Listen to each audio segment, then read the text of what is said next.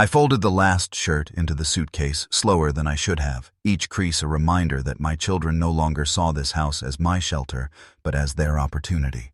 They told me Friday was the deadline, like I was a tenant overstaying in my own life. I kept wondering how quickly love can turn into eviction notices spoken with polite voices. Before I go further, tell me this. Have you ever given your family everything, only to feel like they measured your worth in property instead of love? I looked at the dining room table scarred with decades of meals and arguments, the place where birthdays turned into business negotiations. The house that once held my laughter now echoed with silence, and it wasn't because I was leaving. It was because they had already left me in their hearts. By Thursday, the deal had closed. I didn't say anything that Thursday morning when I saw their cars lined up in front of the house. It felt strange to see them all parked there like it was already someone else's property. I sat at the window, holding a cup of coffee that had gone cold, and tried to remember what it felt like to watch them come home years ago, bursting through that same door with their school bags swinging, asking what was for dinner. Those memories came uninvited, like guests who don't realize the party's been over for years. The truth is, betrayal doesn't always arrive with shouting. Sometimes it comes with signatures, papers, and the kind of polite sentences that sound like they've been rehearsed in a car ride. They told me I had until Friday, and that sounded final. But I had already lived long enough to know that final doesn't always mean powerless. I spent much of that morning walking through each room. The kitchen smelled faintly of onions and soap, though I hadn't cooked for a full table in years. The hallway walls still bore faint marks where I had measured then, or height as children, pencil lines stacked like fragile promises. I traced one with my finger and thought about the night I stayed awake sewing a costume for the school play, only to hear them now talking about the house as if it were nothing more than a line on a balance sheet. It hurt, yes, but it also told me something I had ignored for too long. They didn't see me anymore. They saw the walls, the bricks, the land beneath it. I was background. And when your own children start treating you like background, you realize how thin the line is between belonging and being tolerated. Still, I couldn't bring myself to lash out, not yet. Their words stung, but I wanted to understand them too. Were they thinking of my comfort, or just their inheritance? I wasn't sure, and that uncertainty made the silence in the house feel heavier than any argument. I found myself back at the dining table. The same table that had seen birthday cakes, spilled juice, and years of unpaid bills spread out in neat rows while I tried to stretch a paycheck farther than it could go. I sat down and pressed my palm flat against the wood.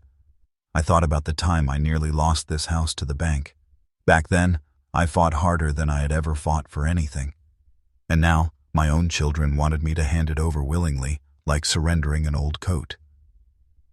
The thing about getting older is that people think you forget.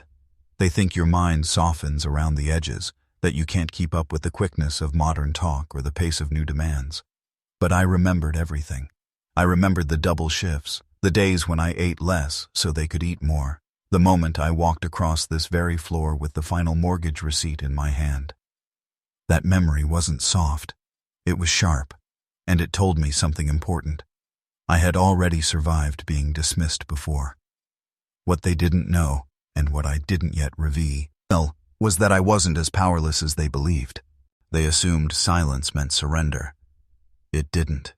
Silence was my waiting room. I stood and walked to the front door. Outside, I could hear them laughing by the cars, their voices carrying in fragments. Words like value, closing, and market floated through the air as if the house were no longer a home, but a lottery ticket waiting to be cashed. I leaned against the doorway and let the sound wash over me, part ache, part reminder. I had loved them enough to give them everything I had, but I had also lived long enough to know that love doesn't always guarantee respect. And that was the wound I carried into Thursday afternoon. Not the fear of losing walls and a roof, but the knowledge that they believed I had no say. As if my life, my memories, my years of labor could be shifted aside like a chair at the table. Later that day, when the sun dipped lower and shadows stretched across the yard, I sat back in the living room with the curtains half drawn. It looked almost the same as it always had, but I knew it was about to change. They thought they held the clock, counting down to Friday, but I had already moved ahead of them. My decision was sealed, though I kept it tucked away like a note in a drawer. I can't lie and say I wasn't afraid. Fear comes with age the way stiffness comes with mourning. You feel it before you even stand up. But fear doesn't have to mean defeat. In fact, fear sharpens the edge when you've been underestimated. And maybe that was what I wanted most. Not revenge, not victory, just to be seen again. To remind them that I was still here, that I hadn't faded into the background of my own life. By Thursday night, they would learn that lesson in a way they never expected. The house didn't always feel like a burden. I remembered the day I first stood in the empty living room with my wife. We didn't have much back then, just a second-hand couch, a box of chippies, dishes, and a mattress we hauled in the back of a borrowed truck. The wallpaper was peeling, the roof leaked in the corner, and the kitchen barely had space for one person at a time. Still, it was ours. That mattered more than its flaws. I see that day clear as if it were pressed between glass. The kids were small, running circles through the hallway, tripping over boxes that hadn't been unpacked. Their laughter bounced off bare walls. It was chaotic, messy, but it sounded like a promise. This place would hold us together. Of course, promises cost money. The bank officer's voice was still in my ear, telling me the monthly payment like it was a sentence. I nodded anyway, knowing it would mean double shifts, skipped dinners, and quiet arguments at the kitchen table when bills piled higher than the checkbook could handle. My wife used to place her hand on mine and whisper, "It's worth it. We're building something for them." She was right, though the price was steep. There were winters when the furnace gave out, and I patched it together with little more than wire and prayer.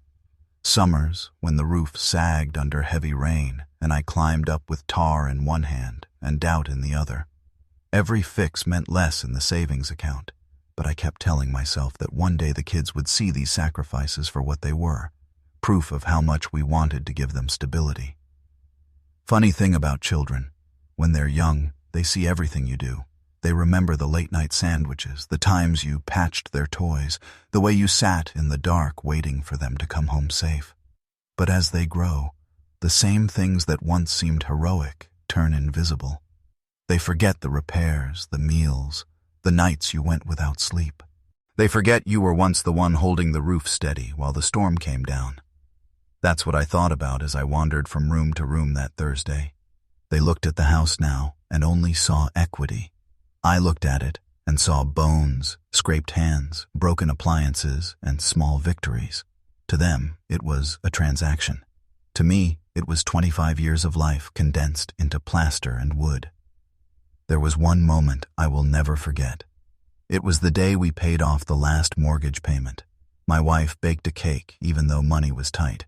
We sat around this very table, the kids too young to understand why their parents looked so proud over a simple piece of paper.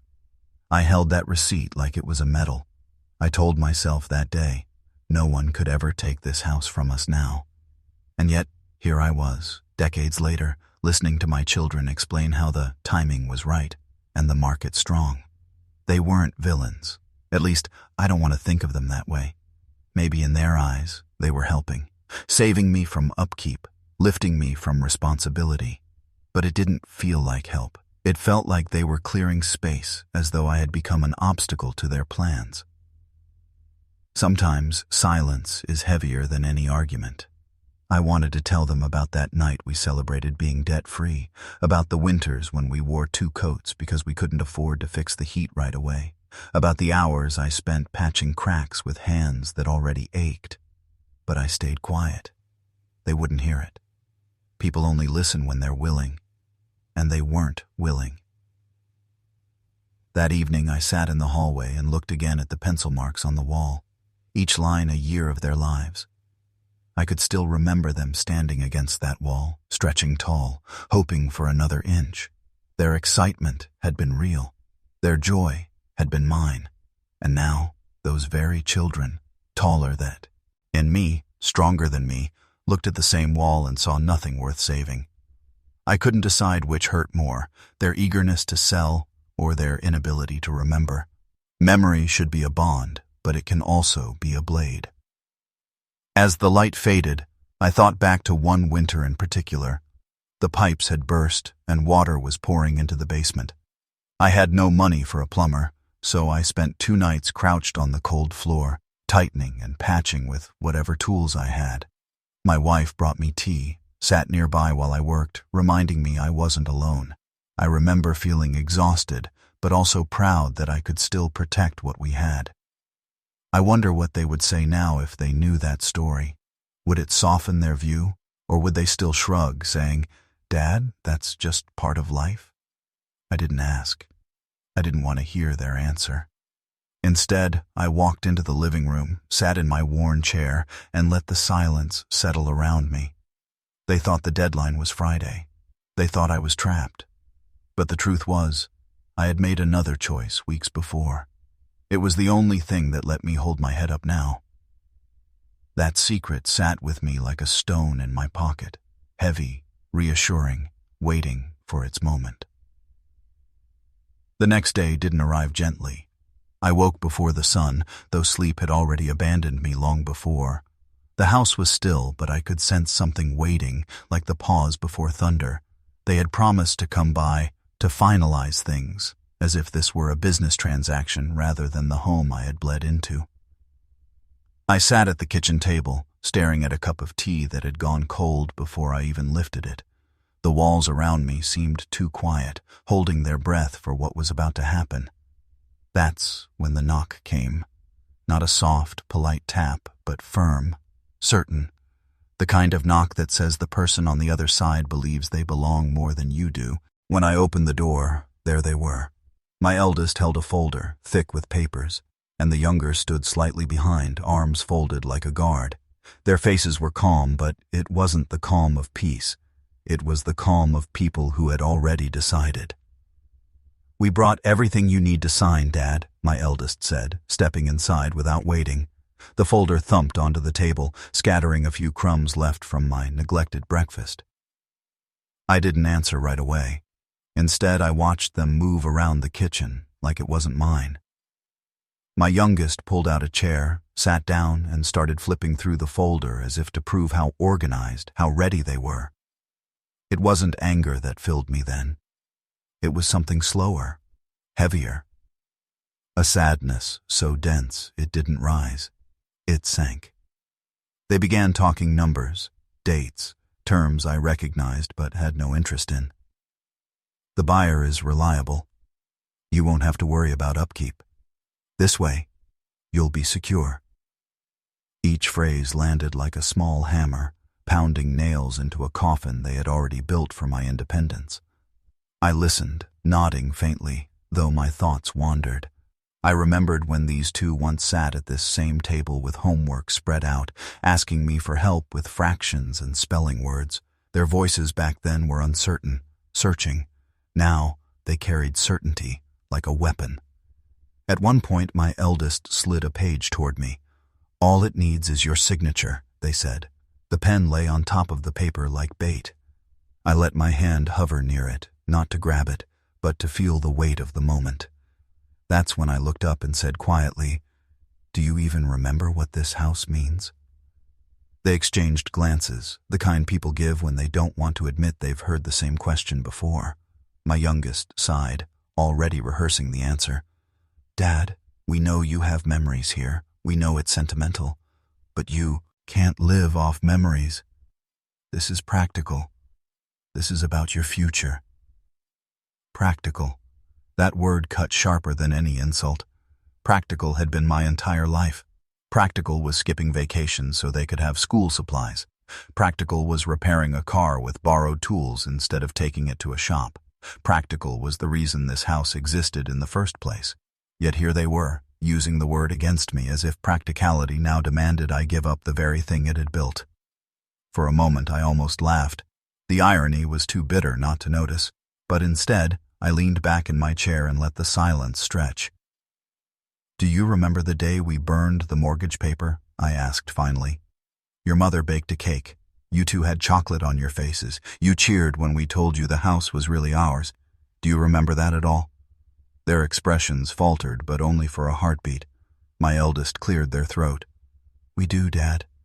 But that was years ago. Things are different now. You can't live alone in a place this big. It's not safe." Safe. Another word they wielded like concern, but aimed like control. I didn't argue. Arguing would have only deepened the gap. Instead, I let them talk. Let them cover the table in pages. Let them point to lines that needed initials. They thought my silence was surrender. But silence can be a shield just as much as a wound. While they explained clauses and timelines, I thought about the real choice I had already made.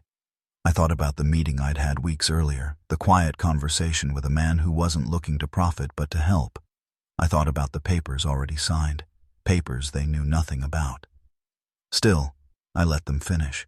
They needed to believe they had control, if only for that moment. When my eldest finally pushed the pen closer, I picked it up, turned it in my fingers, and asked softly, "Do you think your mother would have agreed with this?" That question froze the room. For once, they didn't have a prepared answer. My wife had been the heart of this home, the one whose laughter softened its sharp corners. To invoke her name was to remind them this wasn't just about me. It was about her too. My youngest broke the silence first. "Mom would have wanted you taken care of." "Taken care of?" I echoed. "Or managed?" Their faces stiffened. I set the pen down without signing. The folder sat there, untouched, like a wall between us. I didn't tell them the whole truth then. I didn't reveal that while they were planning to push me out by Friday, I had already made my move by Thursday. That revelation would come later, in its own time.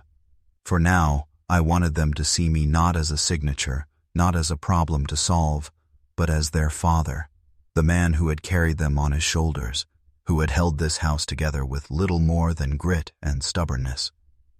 The conversation sputtered after that. They tried a few more arguments, but the force was gone from their voices. Finally, they gathered the papers back into the folder, snapping it shut louder than necessary. "We'll come back tomorrow," my eldest said, standing. "Think about it overnight." Overnight. As if I hadn't been thinking about it for weeks, even months. As if my silence meant indecision rather than resolve. When the door closed behind them, the house seemed to exhale. I walked through the rooms again, tracing the walls with my hand, not as a farewell but as a reminder. They believed the deadline was theirs. They didn't know the deadline was mine. That secret still waited, patient, steady, just like me. Thursday arrived with a stillness that felt deliberate, like the world itself had slowed just enough for me to notice its details. The air was heavy, not from weather, but from the certainty of what was about to unfold. My children believed they were returning that evening to finish what they had started. They imagined I'd sign away the house, pack a small bag and leave behind a life as if it were old furniture. But while they waited for Friday, I had already taken care of Thursday. The man I'd met weeks earlier came by just after noon.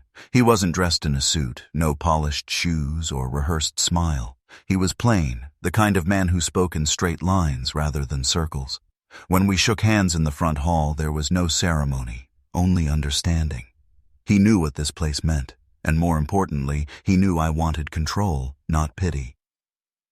We sat at the same table where my children had pressed their folder down. Instead of contracts that stripped me of agency, his papers secured something different: protection. I wasn't selling the house to a stranger, nor surrendering it to greedy hands. I was transferring it into a trust that ensured I would live here for as long as I chose. After that, it would pass on to the next generation, but not at the cost of my dignity. I signed quickly, my name flowing across the page without hesitation. For once, the pen didn't feel like a weapon pointed at me. It felt like a tool I still controlled. By the time he left, the deal was sealed. Thursday had closed it. That evening, the knock returned. Firmer this time, almost triumphant. They thought victory was certain. When I opened the door, they walked in with the same folder, the same expressions of forced calm. "Dad," my eldest began, "we don't have much time. The buyer wants everything set by tomorrow morning. We need you to sign tonight." I motioned for them to sit. They did, though impatiently, like children waiting for dessert. I let them spread the pages out again, let them slide the pen across the table as though it were bait waiting for a bite. Then I leaned back and folded my hands. "You're too late," I said. Their eyes snapped to mine, confusion first, then irritation. "Too late for what?" my youngest asked. "For the is," I replied, tapping the folder. "The house isn't yours to arrange. It never was, and as of this afternoon it's already secured. Thursday closed before Friday ever arrived." Silence fell sharp and sudden. My eldest blinked, trying to process, while the younger shifted uncomfortably in their chair. "What do you mean it's secured?" I explained, not in detail, but enough. I told them about the trust, about the papers already signed, about the fact that my future here no longer depended on their approval or their deadlines. The house was mine to live in, mine to leave on my own terms. Their faces hardened. "Why didn't you tell us?" my eldest demanded. "Because you weren't asking," I said simply. "You weren't listening to what mattered. You wanted signatures, not stories, control, not care." For the first time they were speechless. The certainty that had carried them through every argument drained away, leaving them with nothing but the realization that they had miscalculated. I stood, walked to the window, and looked out at the yard. The grass still bore the marks of games we'd once played, of laughter that had filled summers. I wanted them to remember, to see what they were trading for paperwork. "When you said Friday," I continued, still watching the yard, "you thought you were giving me an ultimatum. But what you didn't know is that I've been preparing. You wanted me to move out by your deadline. Instead, I moved past your control by mine." They shifted behind me, restless, perhaps even ashamed, though they didn't admit it. My youngest finally muttered, "We were just trying to help." I turned then, steady but unyielding. Help is when you ask someone what they need. This wasn't help.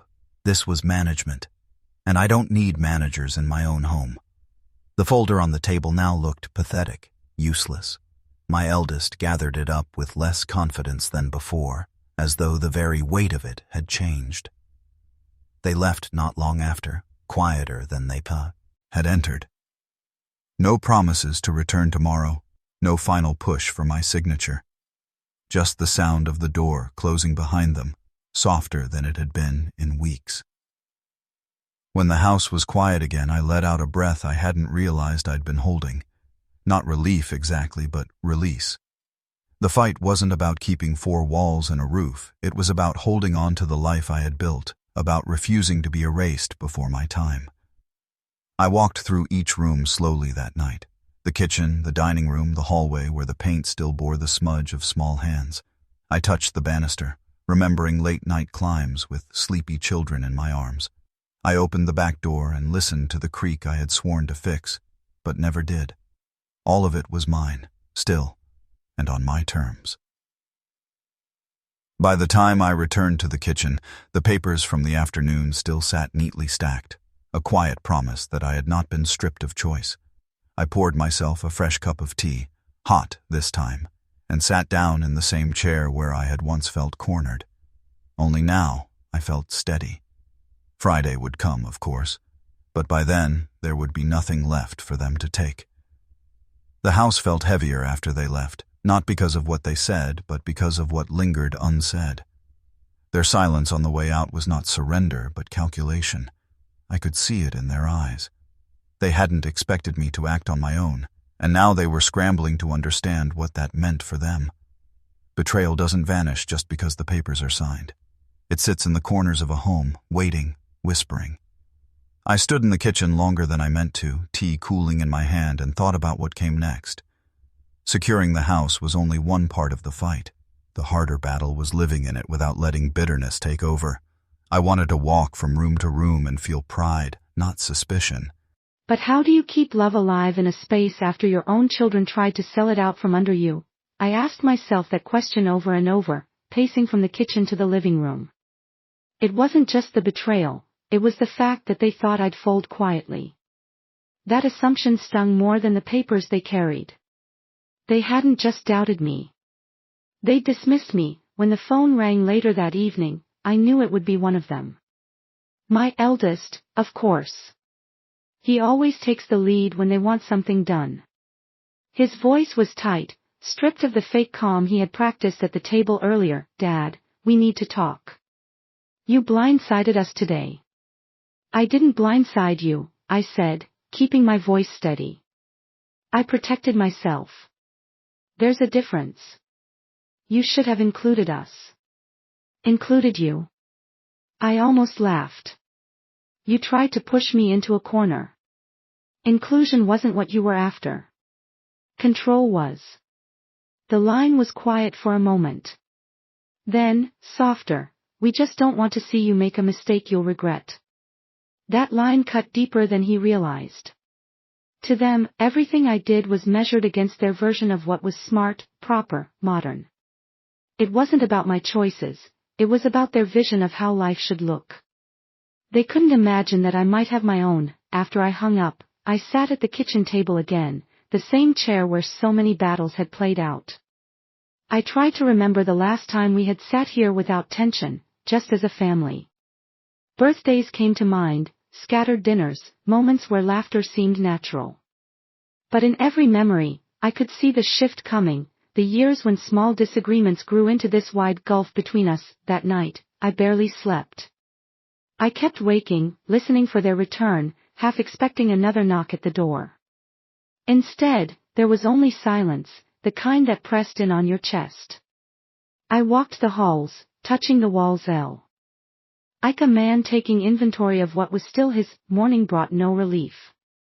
The phone calls started again, one after another, different voices but the same tone. Words like responsibility, future, and legacy were thrown at me, each dressed up as concern but carrying the weight of accusation.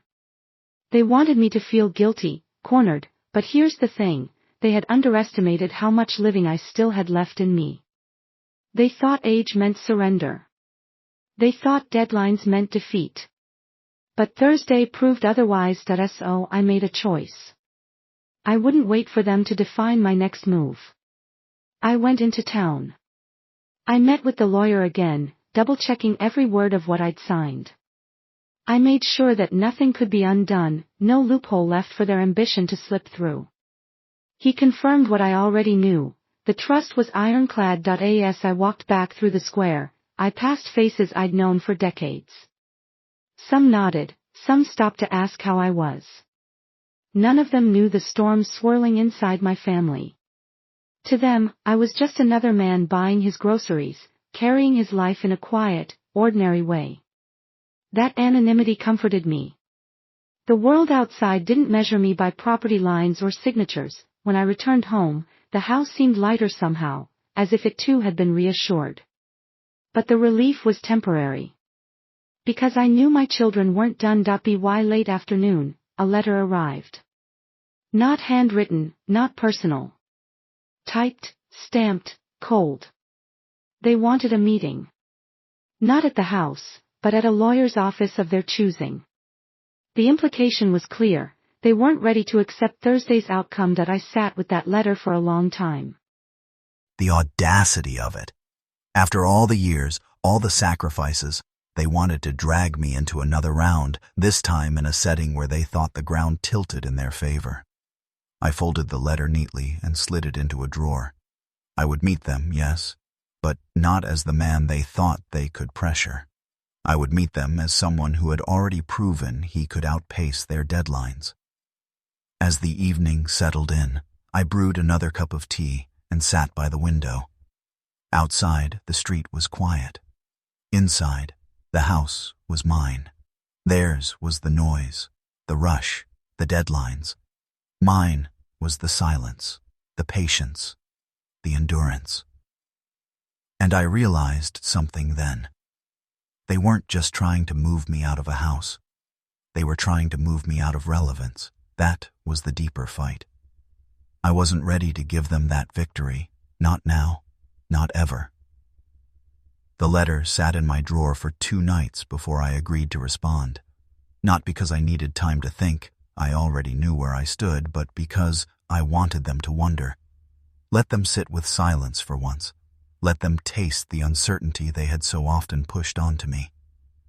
On the morning of the meeting, I ironed a shirt that hadn't seen sunlight in months. Nothing fancy, just clean and pressed. Presentation mattered in places like theirs. They always played the part of professionals, polished, rehearsed. I wasn't about to walk into that office looking like the man they believed they could outmaneuver. The building was glass and metal, sharp lines reflecting the morning sun. Cold, efficient. Everything about it seemed designed to make people feel small. I paused before stepping inside, grounding myself.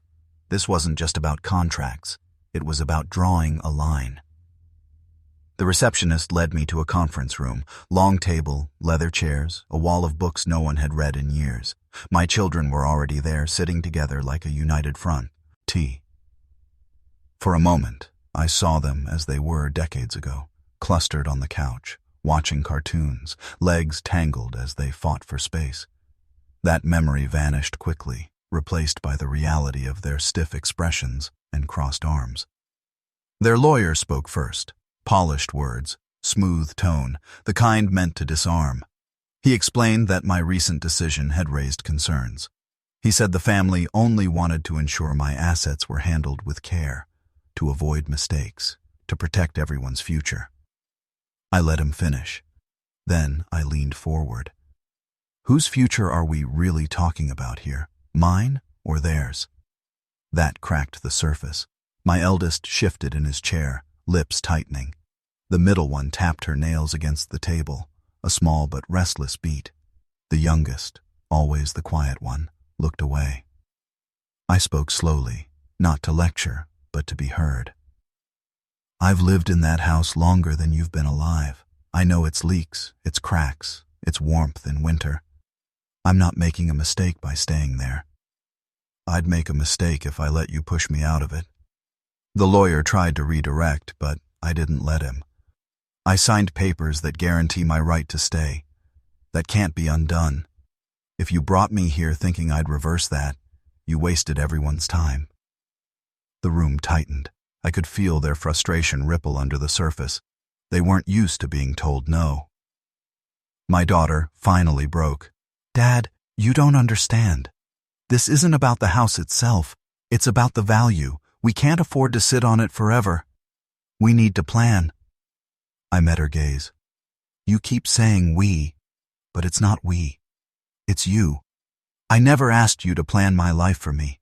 I don't need a committee. Her eyes flashed, the kind of look that once came out when she lost an argument as a teenager. But this time, the stakes weren't a curfew or a car ride. The meeting dragged on, filled with rehearsed arguments and thinly veiled gui. What? They brought up my age, my health, my so-called vulnerability. Each word was a reminder of how they saw me, not as their father, but as an obstacle. By the end, I stood. I'm done here. You have your lawyer, I have mine. If you want to keep fighting, do it without me. Their faces froze as I walked out. For the first time in years, I felt taller than them. On the way home, I didn't feel triumph. Not exactly. More like clarity. They weren't going to stop. Every victory would just spark another attempt. That was the reality I had to accept. Back in the house, I sat in the living room and let the silence settle. The place felt sturdy, like it was holding me up. But beneath that comfort was a question I couldn't shake. How do you live among people you no longer trust when those people are your own blood? The answer didn't come quickly. I thought about it while watering the plants, while fixing a loose hinge, while brewing another pot of tea. Days passed with that question trailing me from room to room. One evening, I caught sight of the family photo still hanging in the hallway. All of us together, smiling as if nothing could break us. I almost took it down, but I stopped myself. Not because the picture told the truth, it didn't, but because removing it would have felt like surrender. Instead, I left it where it was, let it hang there as a reminder of what once was and of the distance between then and now. The calls slowed after the meeting, not silence, but less frequent. They were regrouping. I could feel it, planning their next approach. But the house stood, and so did I. That's when it hit me. This was never going to be a single battle. It was going to be a campaign. They'd try different angles, different tools, and I'd need to decide how far I was willing to go to protect what was mine. That thought didn't scare me. It steadied me, because in the end, this wasn't just about a roof or 4 walls. It was about whether a man has the right to decide the shape of his own last years, or whether his children get to write that ending for him. And I wasn't ready to let them hold the pen. The phone call came on a Tuesday morning just after I'd finished sweeping the front porch. I wasn't expecting anyone, but the number on the screen wasn't one I recognized. When I answered, a woman's voice introduced herself as a representative from the bank. She spoke politely, but her words landed like blows. My joint accounts, the ones I had set up years ago for convenience, were suddenly under review. Certain withdrawals were frozen. She said it was a precautionary measure prompted by family concerns. Family concerns. I didn't need her to explain who had raised them. The conversation ended with me assuring her I'd handle it, but as I set the phone down, I felt the walls of the house press closer. This wasn't just persuasion anymore, this was control. They weren't waiting for me to bend. They were forcing my hand. I didn't panic. Instead, I sat at the kitchen table and poured myself a cup of tea. The spoon clinked against the mug as I stirred, and I realized my hand was steady. That steadiness surprised me. A few months ago, I might have second-guessed myself, maybe even called them to argue. But now I saw it for what it was. A new move in the campaign. Later that afternoon, I went to the bank in person. The teller recognized me, greeted me kindly, but the formality in her tone gave her away. They'd all been briefed. In the manager's office, I learned the truth. My children had filed a request for oversight, citing diminished capacity. They hadn't won the petition, not yet, but the bank had been cautious enough to act as though the decision was already made. Walking out with the papers in hand, I felt anger pulse beneath the surface, not wild or explosive, but precise. My own blood was willing to brand me incapable, to write me off as a man who couldn't handle his own affairs just to gain leverage. That evening, I fixed myself dinner: chicken, potatoes, a small salad. Nothing elaborate, but made with intention. I wanted to remind myself of what I could do. I cleaned the dishes right after, dried them, put them back in place. Small actions, maybe, but they mattered more than ever. Later, in the quiet of the house, I walked from room to room, testing myself. Could I still replace a light bulb without fumbling? Yes. Could I bend to tie the loose string of the rug without losing balance? Yes. Could I remember where I had set down the screwdriver after tightening a hinge? Yes. The more I tested, the more I realized the truth. Independence wasn't just about living alone. It was about proving to yourself that you still could. And yet I also knew the cruel irony. If I slipped once, if I forgot once, they'd use it as evidence against me. My own life had become a courtroom, with every gesture an exhibit. A few days later, a letter arrived from their lawyer. It wasn't written in fiery language, just clinical, detached. A notice that they intended to file for guardianship. That word, more than any other, turned my stomach. Guardianship. As if I were a child again. As if decades of decisions, sacrifices, and work meant nothing. I didn't respond right away. Instead, I sat in the garden, pruning the rose bushes. I thought about the seasons those plants had lived through: storms, droughts, harsh winters. They bent, they withered, but they always grew back. There was something steady in that cycle, something I wanted to hold on to. When I finally called my lawyer, he didn't sound surprised. He told me it was becoming common, children stepping in before their parents were truly gone, cloaking greed as protection. "The question," he said, "is how far you're willing to fight."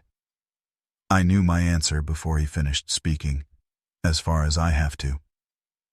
The next weeks blurred into meetings, signatures, affidavits. I found myself learning words I never thought I'd need, terms that made my life sound like a ledger. Capacity, competency, authority. Strange how the law could strip a man down to definitions, leaving the rest of him invisible. But in those weeks, I also found something I hadn't expected: resolve. Every time I walked into my house after one of those meetings, I looked around and felt a surge of ownership. These floors had carried me. These walls had held my family. This roof had sheltered me through loss and celebration alike. It wasn't just real estate. It was a witness to my existence. And so, when the next hearing date came through the mail, I didn't dread it.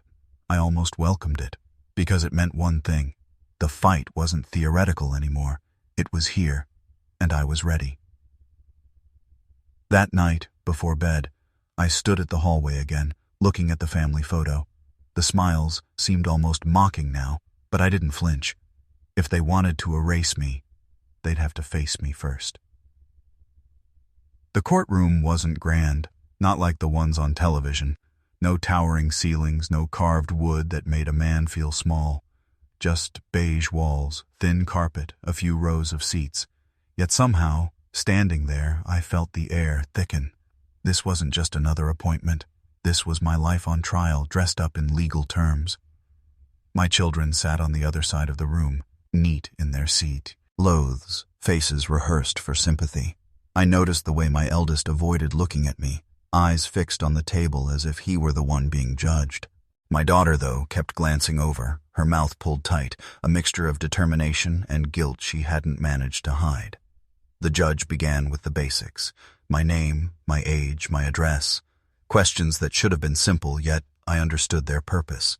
Each answer was a test. Each pause would be noted. I spoke clearly, not too fast, not too slow. Then their lawyer stood.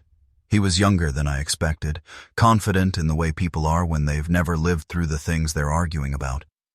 He talked about concern, about protection, about how my children only wanted what was best for me. His words were polished, but they didn't sound like my life. They sounded like a script. He asked about my finances. Could I recall the balance in my accounts? I gave him the number, close enough to show I paid attention. He shifted to daily tasks. Could I manage meals, appointments, medicine? I didn't brag, didn't argue. I simply described my routine, how I cooked, how I cleaned, how I kept lists on the fridge so nothing slipped. At one point, he leaned in, pressing harder. Would you agree that your children have your best interests in mind? I let the silence sit before answering. They may believe they do, but their interests don't always match mine. The judge's eyes flicked up at that. Then came their turn. One by one, my children spoke. My son described moments I'd forgotten, things, minor lapses, stretched into evidence. My daughter talked about worry, about how she couldn't sleep at night thinking of me alone. Each word carried a seed of truth, but twisted, watered until it grew into something larger, uglier. I listened, not interrupting. But inside I kept repeating to myself, this is not love. This is strategy. When it was my turn again, my lawyer asked me the question that mattered most. What does independence mean to you? I could have answered with defiance, but instead I let my voice settle into something steady. It means I decide how to live the years I have left. I've worked, I've provided, I've bent when life demanded it. But I won't be told when I should hand over the keys to my own house or my own life. Independence means dignity, and without it, I'm not living. I'm just waiting. The room grew quiet. Even the young lawyer hesitated before shuffling his papers. The hearing didn't end that day. The judge called for more evaluations, more reports. The process stretched forward, slow and heavy. But as I walked out of that building, I felt lighter. Not because I had won, not yet, but because I had spoken my truth where it mattered, in a place where my children couldn't dismiss it as stubbornness. Outside, the air was crisp. I watched my children step into their car, their heads bent close in hurried conversation. They looked less united now, less sure of themselves, and for the first time in a long while, I felt something close to hope. They used to speak with one voice, at least when it came to me. But after the hearing, the tone changed. I could hear it in the clipped phone calls, the way one child said something and the other corrected it before the sentence was done. They thought I wasn't paying attention, but I've lived too long not to notice when cracks appear. My daughter came to see me first. She arrived with groceries in her arms, moving quickly, as if kindness delivered at speed might count for sincerity. She asked if I was eating enough, if I needed rides to appointments. But behind each question, I heard something else, an apology she didn't know how to voice. She finally sat at the table, her words tumbling out. "This isn't how it was supposed to go. We thought you'd, I don't know, accept help. I didn't expect it to turn into this." I leaned back, watching her. "And by help you mean control." She didn't deny it, but her eyes watered. "You don't understand. He's pushing this harder than I wanted. He says if we don't act now, we'll lose everything. The house, the accounts." She stopped, biting her lip. So it wasn't about worry alone. It was about security, inheritance, things they spoke of in hushed tones when they thought I wasn't listening. A few days later, my son showed up, louder, sharper. He didn't sit down. He paced the room, hands cutting through the air. "You're making this harder than it needs to be, don't you see? She's soft on you. She thinks you can manage on your own, but I know better. You're slipping, Dad. You're going to embarrass yourself in court if you keep this up." I stayed quiet until he finally stopped pacing. "You mean I'm going to embarrass you?" His jaw tightened, and for once, he didn't have a comeback ready. They weren't aligned anymore. She softened. He hardened. She pleaded. He threatened. I knew enough about family to recognize the danger in that kind of division. It wasn't me they'd destroy in the end. It was each other. The next hearing was weeks away, but the battle was already unfolding in their own kitchen. A neighbor, one who never minded sharing what she overheard, mentioned the shouting matches. My children had started to fight openly. She said she heard my daughter cry out, "This isn't about Dad anymore. It's about you wanting control." That line stayed with me, because she was right. It wasn't just about me, though I was the excuse. It was about who among them would hold the reins when I was no longer there to resist. In a strange way, I felt a measure of relief. Their unity had been the sharpest weapon against me. Divided, they were less certain, less organized. But it also cut me deeper than I expected, seeing how little of their fight was really about care. Late at night, I found myself walking on the rooms of my house, running my hand along the walls, not because I feared losing them, but because I feared what kind of people my children had become in chasing them. It's one thing to lose property. It's another to lose faith in your blood. And as I stood by the window, watching the quiet street outside, I couldn't help but ask myself, had I built this division without realizing it, or was it always waiting, buried until inheritance gave it reason to rise? The next court date was supposed to be procedural, just another step in the long crawl of paperwork and testimony, but nothing about that day stayed neat. I walked into the small courtroom the way I always did, slow, steady, reminding myself not to let nerves show. My lawyer nodded at me, calm, as if this was routine. Across the aisle, my children sat together, yet not together. I saw the gap between them, a few inches of space on the bench, but it might as well have been a wall. The judge asked for updates, reports, evaluations, recommendations. My lawyer spoke first, outlining the ways I had managed my affairs without incident. He mentioned my steady bills, my organized routines, the notes I kept for reminders. Nothing dramatic, just facts. Then their lawyer rose, crisp papers in hand, prepared to press the same old points. Forgetfulness, risk, concern. But before he could build momentum, my daughter interrupted him. "Your Honor," she said suddenly, her voice shaking, "I need to say something." The judge raised a brow, but allowed her.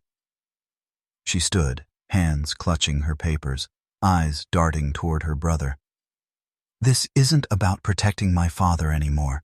It's about him." She pointed, not dramatically, but like a wound she could no longer cover. "He wants control.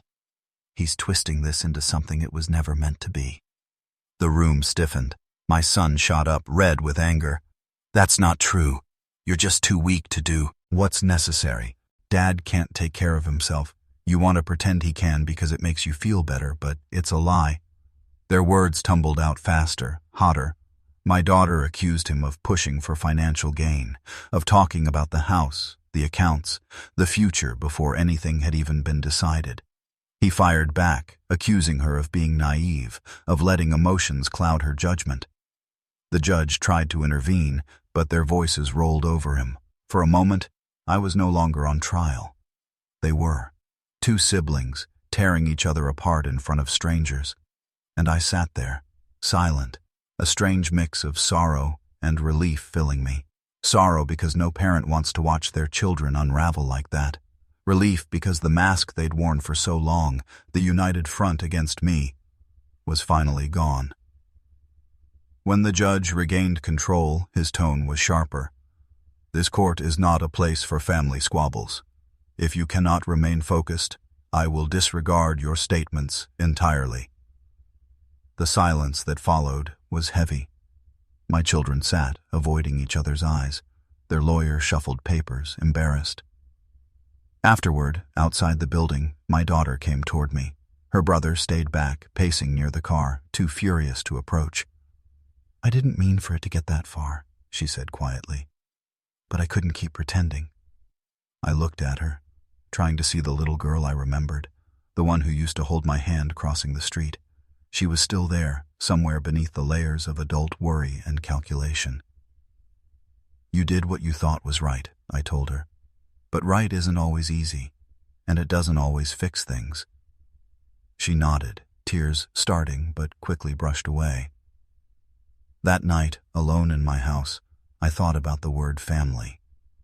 Once it had meant a unit, people bound together, facing outward against the world. Now it felt like a battlefield where each soldier fought under a different flag. Still, a part of me couldn't ignore the shift. Their unity was broken, and as painful as it was to witness, it gave me a chance. For the first time since this ordeal began, I wasn't standing against both of them. I was standing against their conflict.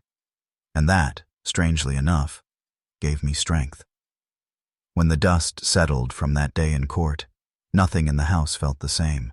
My daughter began stopping by more often.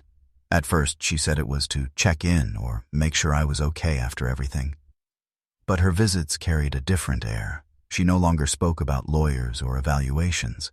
Instead, she asked about my routines, what I ate for breakfast, whether I'd taken the right pills at the right time. I knew these weren't just practical questions. She was looking for something, evidence that her brother might be wrong, proof that I wasn't as frail as they had claimed. One afternoon, while I was sorting through some bills at the kitchen table, she sat across from me. She studied the neat stacks of envelopes, the notes I'd written to remind myself of due dates. "You keep everything in order," she said softly. "I try," I answered. "It's not as hard as people think." She tapped her fingers on the table. "I didn't want to fight you. Or him. I thought we were doing the right thing." I didn't say anything right away. It felt better to let her words sit, to let her hear their weight in the silence. Finally, I told her, "Wanting to protect someone doesn't excuse hurting them in the process." Her eyes watered, though she looked away quickly. "I don't know how to undo it." Later that evening, as I sat in my chair with the television on low, I thought about her visits. They weren't just about me. They were about her. She was trying to find a way to live with herself, to mend a guilt she hadn't expected. Meanwhile, my son kept his distance. The calls became shorter, the tone colder. I could almost hear the calculations turning in his head, how to regain ground, how to keep control. A week later, he showed up unannounced. He didn't sit. He didn't greet me. He just stood there, coat still on, jaw tight. "You're letting her get to you," he said. "She's not getting to me," I replied. "She's realizing the truth." He shook his head. "The truth is you can't manage this much longer, and when you slip, she won't be the one cleaning it up. I will." There was no yelling, just a quiet, firm threat in his words. He was telling me that no matter what the judge said, no matter what his sister thought, he intended to win in the long run. After he left, the house felt colder, as if he'd taken the air with him. I sat for a long time thinking about the difference between my children. One pulled closer, trying to bridge the damage. The other pushed further, determined to claim something that wasn't his. The following weekend, my daughter and I went for a walk. It wasn't long, just around the block, but it mattered. She asked me questions about my younger years, about my work, about her mother. Memories I hadn't spoken out loud in years found their way into the air. "You remember it all so clearly," she said, almost surprised. "I remember enough," I answered. She smiled faintly, but I could see the relief in her. She wanted reassurance that she hadn't misjudged me. She wanted to believe that the father who raised her was still here. But beneath her growing trust, I could sense her brother's shadow. He wasn't going to stop. He wasn't going to accept her change of heart. That night, lying in bed, I asked myself the question I'd avoided since this began. What happens when one child fights to defend me while the other fights to replace me? It wasn't a question with an easy answer, and yet deep inside, I knew the real battle was just beginning. The shift didn't happen overnight, but I could feel my daughter drawing nearer, almost like she was choosing a side without saying it out loud. She asked to meet with me one Saturday morning, not at the house, not in front of her brother, but at a cafe a few miles away. When I walked in, she was already there, stirring a cup of tea she hadn't touched. She looked nervous, almost younger, like the weight of everything had pressed her back into a version of herself I hadn't seen in years. "I need to know where you stand," she said, as soon as I sat down. I leaned back, letting her words settle. "I thought that was clear." "It's not," she replied. "At least, not to everyone else. He thinks you're playing her, me, the court, the doctors. He says you've been putting on a show." Her brother's fingerprints were all over that accusation. It was his way. If the truth threatened him, he tried to twist it into a performance. "And what do you think?" I asked. She looked down, then up again. "I think he's wrong. But I need you to promise me something. If this goes further, if it becomes about guardianship again, I'll speak for you. I need to hear that you'll let me." I didn't answer right away. Trust wasn't something I could hand over like spare change. She'd been part of the attempt to box me in, even if she now regretted it.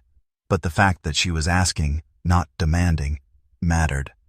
Finally, I said, "You can speak for me if you're willing to tell the truth, not just what makes you feel better." She nodded quickly, as if she'd been waiting for that condition. For the first time in weeks, I felt like the ground under my feet was steadier. But that steadiness lasted less than a week. On Thursday, a letter came. Heavy paper, legal stamp on the corner. I knew what it meant before I opened it. My son had filed another petition, this time not about my health, not about confusion or misplaced bills. He was trying a different angle. The petition claimed financial mismanagement. He had compiled bank statements, receipts, even highlighted transactions. According to him, I was at risk of being exploited and lacked the judgment to make sound financial decisions.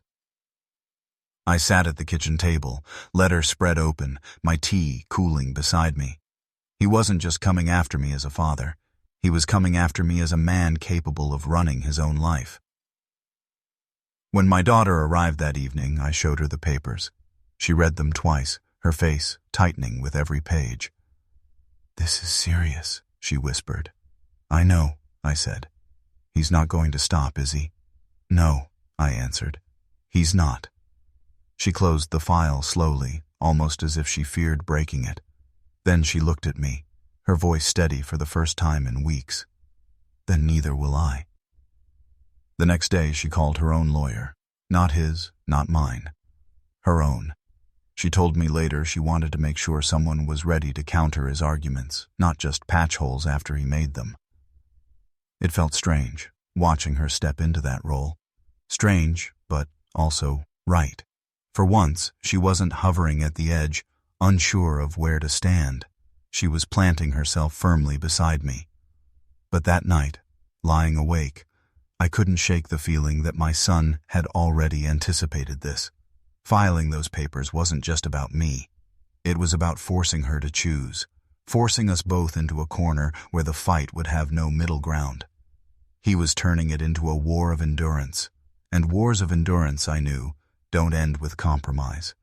They end with someone breaking. The question pressing against me wasn't whether I could survive it. It was whether she could. The courtroom always carries a certain chill, even in summer. It isn't the air conditioning. It's the way the walls hold every word like evidence, every silence like a sentence waiting to be spoken. When my daughter walked in beside me, I could feel the tension shift. She wasn't hiding G anymore. She wanted her presence known. She wanted her brother to see her seated in the row behind me, not beside him. He noticed. I could tell by the way he avoided looking at her as he whispered with his attorney. He had grown practiced at ignoring what he couldn't control. The judge began with the petition. Financial mismanagement. My son's lawyer spoke first, laying out spreadsheets, highlighting withdrawals, and emphasizing patterns that suggested recklessness. None of it reflected the truth of my decisions, but it didn't need to be true to carry weight. It only needed to look suspicious enough to raise a question. When the lawyer finished, the judge turned to me. "Do you wish to respond, or will your counsel speak?" I opened my mouth, but my daughter's hand pressed lightly against my arm. "I'd like to address the court," she said. The judge tilted his head, considering. "Are you prepared to testify?" She nodded. Her voice shook only for the first sentence. "My father is not reckless. He is deliberate.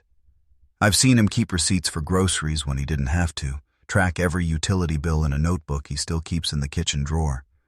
If you want to know the truth, look at his record. He's been more responsible than either of us children." Her brother's attorney objected, but the judge allowed her to continue. She went on, steady now. "The only reason these numbers look unusual is because my brother kept moving money without explanation.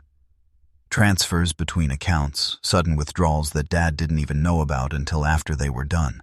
If we're talking mismanagement, then maybe we should be looking at who actually caused it." That broke the silence. A low murmur rippled through the courtroom before the judge struck the gavel. My son shifted in his seat, but he still didn't look back at her. Instead, he leaned into his attorney's ear, and I could see the outline of his smirk reflected in the table's polished surface. When his turn came, he didn't counter her with facts. He countered her with poison. "My sister," he said, standing now, his voice smooth, "has always been emotional about these matters. She speaks from loyalty, not clarity, and loyalty, while admirable, does not always equal truth. The court must ask, is her defense based on evidence or on guilt for past actions?" The way he said guilt cut deeper than the word itself. He was drawing blood without naming the wound. He knew she still carried shame for siding with him during the first petition. He wanted the court to see her as unreliable because of it. My daughter sat straighter, but I saw her hands tighten into fists on her lap. The judge took notes, then adjourned for a short recess. We stepped out into the hallway, and she turned to me with fire in her eyes. "He's trying to undo me with my own regret." I placed a hand on her shoulder. "That's how he wins, not with facts, but with cracks." "And if I break?" she asked. "Then he wins twice." She took a long breath, steadying herself, then whispered, "I won't let him." When court resumed, my attorney presented the receipts I had kept, every notebook, every line of spending I had logged.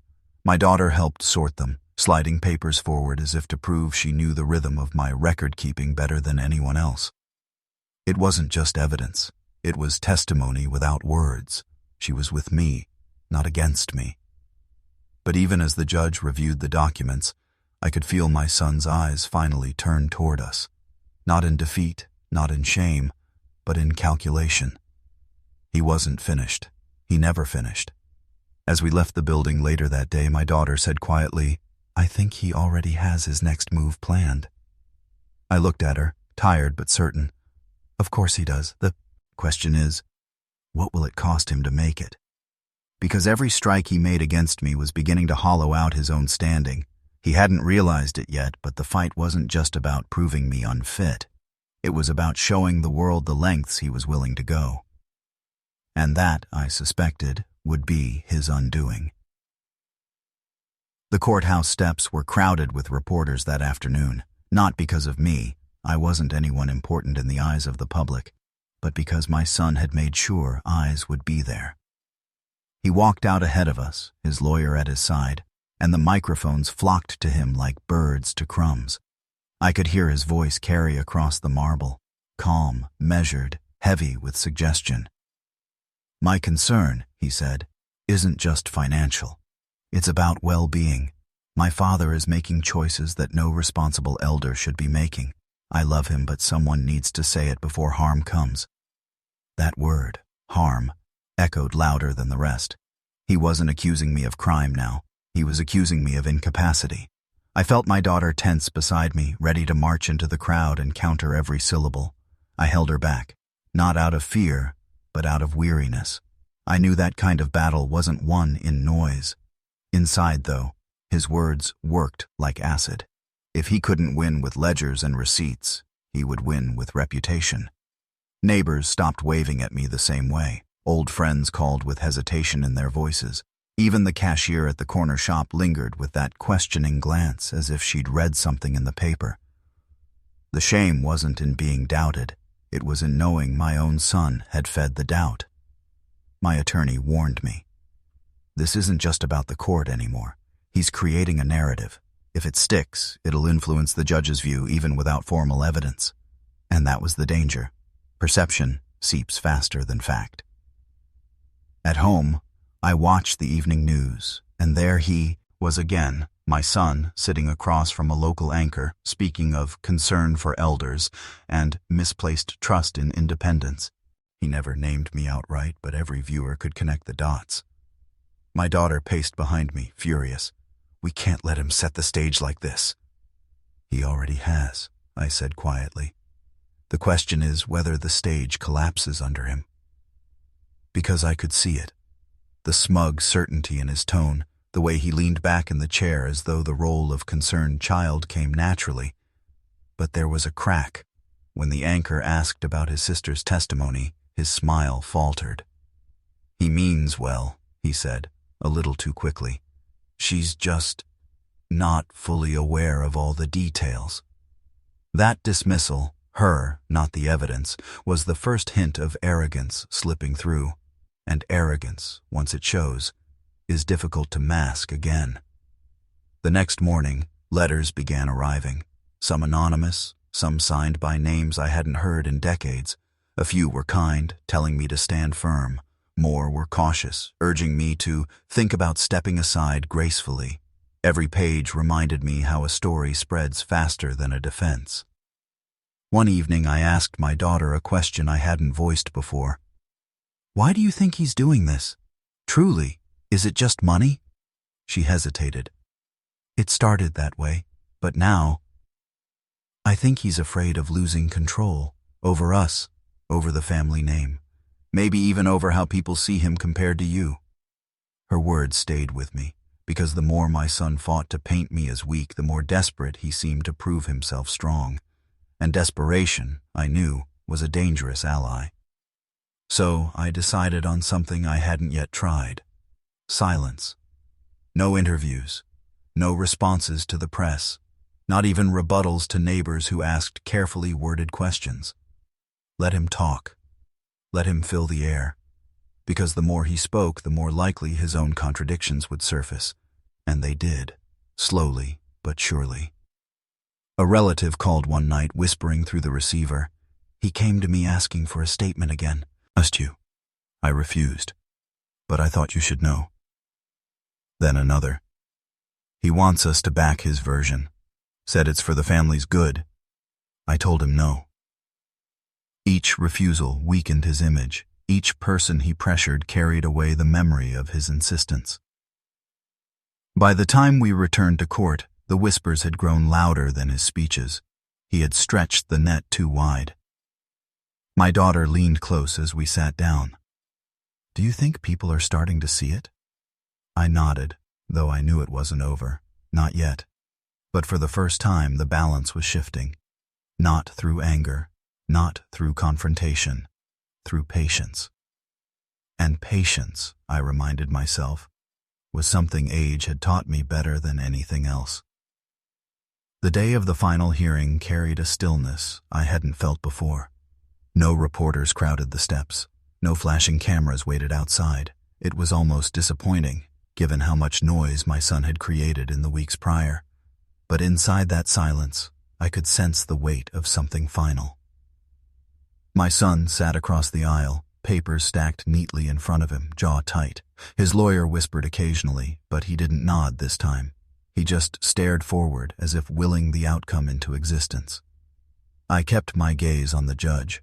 Over the last year, I had come to realize that courtroom battles weren't won on truth alone. They were shaped by perception, persistence, and the steadiness of how a story was told. When my attorney stood to make closing remarks, he didn't begin with numbers or documents. He began with a simple question. If a man can manage to stand here today, facing relentless attempts to discredit him, is that the sign of someone incapable of handling his own affairs? The judge didn't move, but I caught the flicker of interest. My son's lawyer countered with polished arguments, carefully laid out like stones across a path. He spoke of responsibility, of generational oversight, of the duty children owed their parents. He painted my independence as recklessness.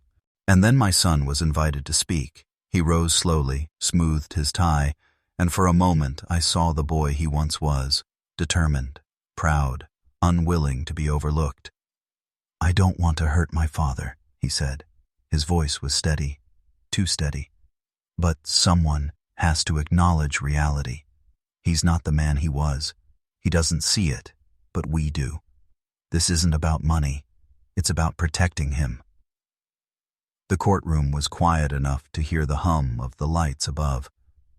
When asked if he had evidence of incapacity, he hesitated. Just a breath, but long enough that it settled over the room like dust. His lawyer nudged him gently, but the pause had already spoken louder than any word. Then came my turn. The judge asked if I wished to address the court. I rose, leaning on the table for balance. "I don't deny I'm older," I began. "And I don't deny mistakes have been made in life, as they are in every life. But mistakes don't equal incompetence. Choices don't equal recklessness. My son thinks protecting me means controlling me, but control is not care. It is fear disguised as concern." My daughter squeezed my arm, silent but firm. "I may be nearing the later years of life, but I refuse to be erased while I can still stand, speak, and decide. That is not pride. That is the dignity every person deserves, no matter their age." When I sat down, I felt neither triumphant nor broken, just steady. The judge recessed to deliberate. Minutes stretched like hours. My son wouldn't look at me, and I didn't push for his eyes. When the judge returned, the air shifted. You could feel it. One sentence would decide not just assets, but the fragile balance of family. The ruling began carefully, each word measured, legal terms stitched together like threads in a tapestry. But the essence was clear. I was found capable of managing my affairs. No guardian, no overseer, no stripping away of rights. The gavel struck once, final epet, and echoing. For a moment, I expected relief to flood me. Instead, I felt only the hollow weight of what had been lost. My son's shoulders slumped, not in defeat, but in resentment. He didn't glance back as he left the room. My daughter whispered, "We won."